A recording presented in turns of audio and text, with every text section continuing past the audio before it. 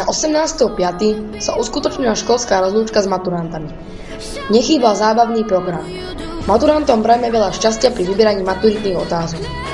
Vážené kolegyne, kolegovia, milí maturanti, všetci prítomní študenti národ je nesmierne vynaliezavý a tvorivý, ako sa tomuto fachu vyhnúť.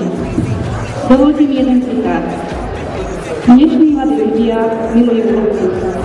Majú zlé spôsoby, pohrdajú autoritami, nemajú úctu k všetinám, už nestanú, keď to nesmutne vstúpiť niekto starší, odvrávajú rodičom, spoločnosti tárajú a tyranizujú učiteľov. Toto povedal Sokrates 469 až 499 pri našich letoch pod školou. Takže nič nové pod slnkom.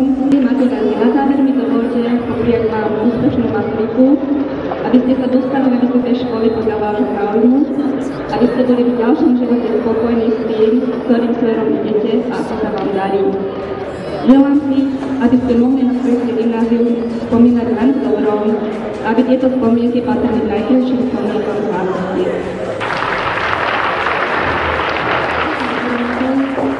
Ešte raz dobrý deň, vážená pani riaditeľka, vážený profesorský zbor, milí spolužiaci a maturanti. Rýchlo nám to uvedlo a teraz sa uvedelo o svojom vzdelávaní, ale aj o našich stredoškolských časoch. Tretiakov a štvrťmámov v dobrej vôli varujem, aby sa začali učiť na maturitu už cez letné prázdniny a neopakovali naše chyby. A dostávame sa k tomu slávnostnému okamihu, kedy ja, král, musím sa rozlúčiť s korunou a prenechať ju inému súčasnému divlákovi. Nebudem vás zbytočne napínať, lebo vidím, že tretie ročníky a Septima začali nervózněli a spôsobili. Poprosím teda, aby sem k mne prišiel menovite Robert Uhau,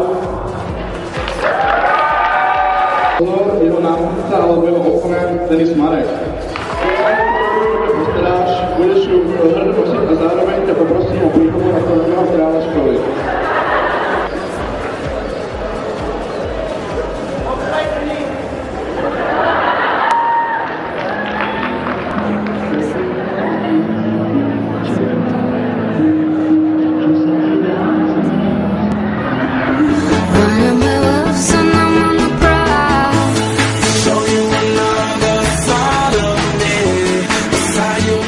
Pre TV Gym Dominik Hanley.